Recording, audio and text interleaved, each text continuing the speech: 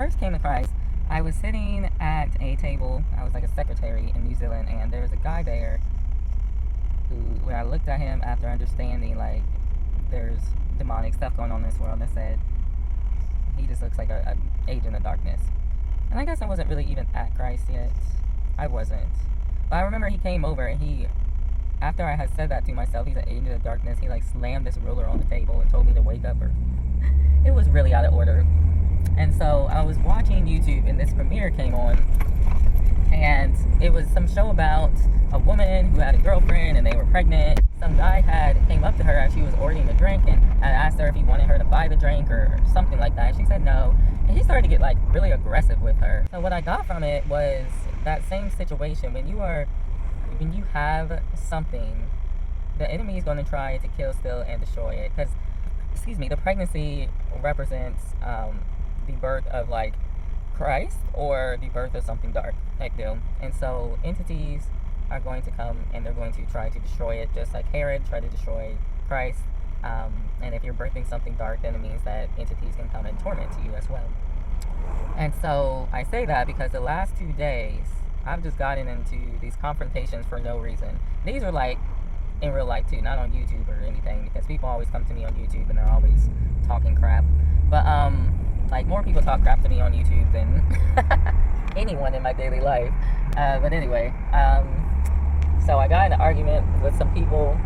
Not even really an argument. They were just outside trying to get some people to sign up for voting, and I'm like, well, I'm registered in Ohio, not Texas. They said something about, voting for Biden. Oh, because they're trying to take your votes. The one lady had yelled at me, like, why would you vote for Trump? Like, yelled. And I'm like, everyone looked at her like she was crazy because it just came out of left field. And then yesterday, another thing came out of left field. Like, I went to go get on this Bible study because I just like Bible studies. I like Bible studies because typically, most of the time, they're more open-ended, They're more open-ended. You can share, the other people share, and that kind of thing. Not this Bible study. There's always those Bible studies where the teacher has to teach. He's the teacher, and, you're usurping authority if you say anything. And I kind of picked that up, and so, I was running out of minutes for one thing, but the other thing was, like, I just know this is not going to work. And so I ended up getting off the phone prior to the end of the Bible study. Because I'm like, I know that the Father is giving me knowledge, and this is not a person I can share it with because just given his disposition, like I can feel it, I know it, I'm discerning it. And so he had messaged the girl that invited me to the Bible study, and I guess he was like calling me or something. I don't think it could have been my phone. I don't think he had my phone number, but I think he was calling me, just like calling my name on the chat or something, and I wasn't there because I left. And so I was like, oh, I can call him and see. And so I called him, and he was like, where'd you go? And I was like, well, I was running out of minutes, and I already know all the stuff that you're teaching, because my thing is fellowship is for to build up one another. But if I'm already built up in that thing that they're teaching, then I don't really feel like I need to be that involved. I feel like there are people on milk and there are people on meat, and going to Christian churches that are like newcomer friendly, typically they're only preaching the milk. So why would I sit here, in these newcomer churches where the Father has given me knowledge that is supposed to go directly to Israel and not necessarily newcomers? Like, to me, I'm not going to grow too much more. And don't get me wrong, like, I think everyone can teach everyone, but I'm looking for more in-depth knowledge of the Most High and mysteries and, this kind of thing. And plus, I know that the church, they've got some interesting beliefs that don't really align with the truth. So, Take the exit toward North I-35 Frontage Road, then merge onto North I-35 Frontage Road. So why would I kick it, in a place like that, unless it was to specifically tell somebody that is maybe coming out of that what the deal is? So they were basically talking about, the churches are teaching false things. I'm like, yeah, that's true. And he spent like the whole time saying that. But the spirit I was getting out of it is they're teaching all the false things and I'm teaching all the true things.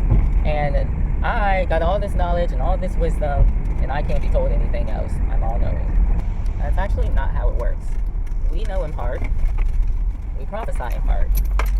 But the way that this discussion was being led, I knew something was off. I was like, is this guy just saying things because he's actually using divination? Because what a lot of these false teachers and prophets and that kind of thing will do is they will usurp the word from those that are legit, and they'll just start like whatever their demonic monitoring spirits or whatever they gauge from the spirit of other people, they'll just start saying those things.